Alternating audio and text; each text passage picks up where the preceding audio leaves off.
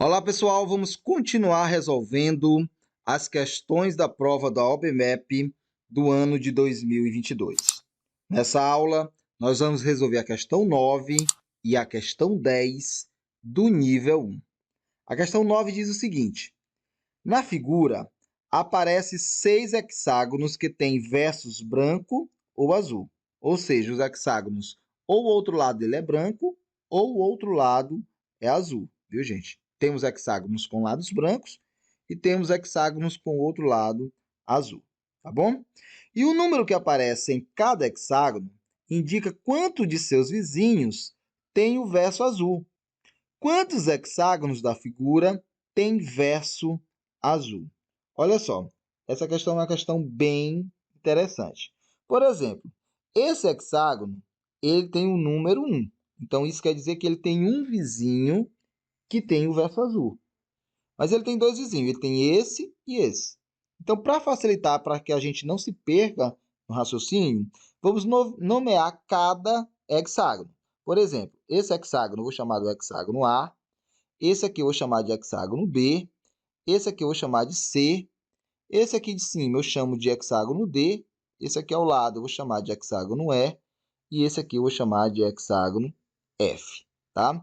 Nomeei os 6 hexágonos com as letras do nosso alfabeto. Isso aqui só para a gente não se perder no nosso raciocínio. Feito isso, nós podemos observar o seguinte: o hexágono A ele tem um vizinho com verso azul, mas ele tem dois vizinhos, ele tem o B e o C.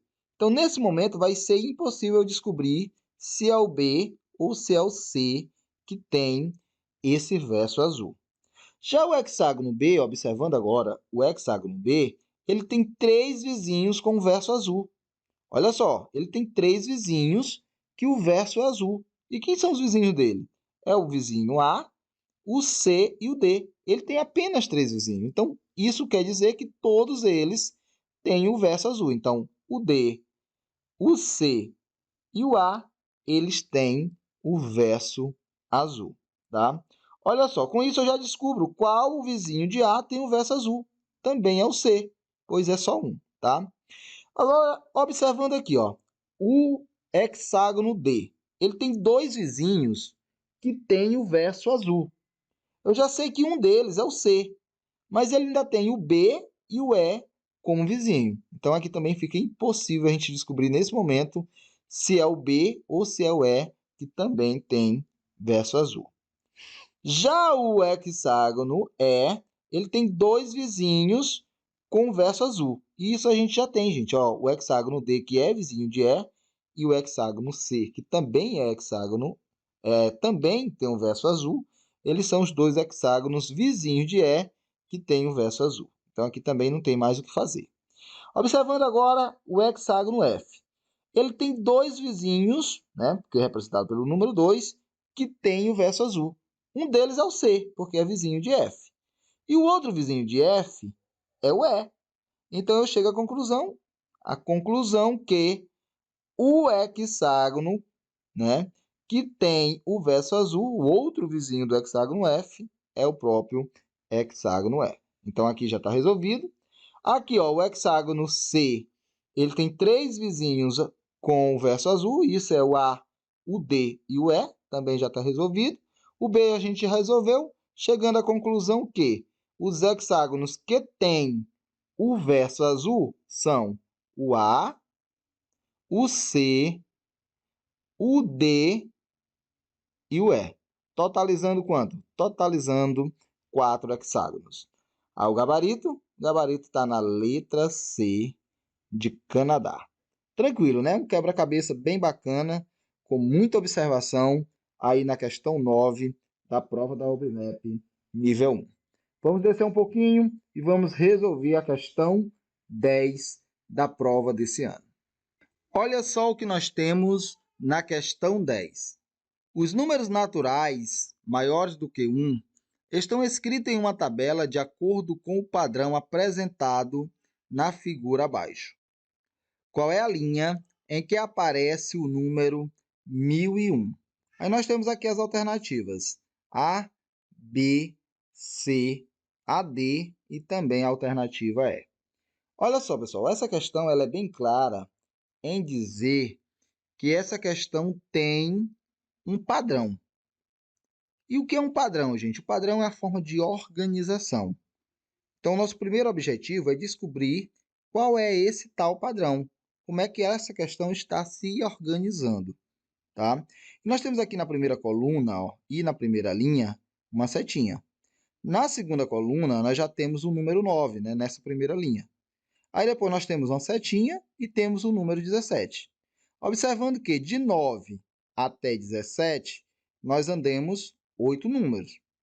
E salteando a setinha, do 17 ao 25, nós também temos 8 números. E observe que isso aqui, gente, ó, sempre na coluna que não tem a setinha na primeira linha, isso sempre acontece. Olha só, do 8 até o 16, 8 números. Do 16 até o 24, outro número. E isso acontece aqui, ó, sucessivamente.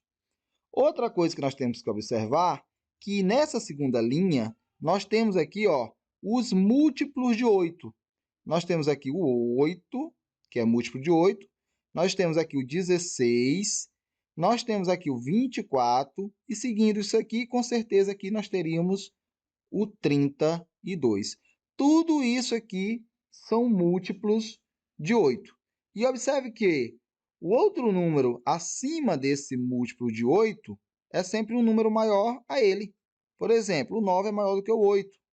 O 17 é maior do que o 16 e daí em diante. Então, isso é outro passo que nós devemos observar. Com isso, nós sabemos que o número 1000 ele vai estar aqui nessa segunda linha, porque o 1000 é múltiplo de 8. Porque se eu pegar 8 e multiplicar por 125, eu vou encontrar, né, um valor igual a 1000, tá, gente? Então, eu sei que o 1000 ele é múltiplo de 8, pois ele é o resultado entre uma multiplicação de um número por 8. Então, eu sei que esse 1000, como ele é múltiplo de 8, ele vai estar aqui nessa segunda linha.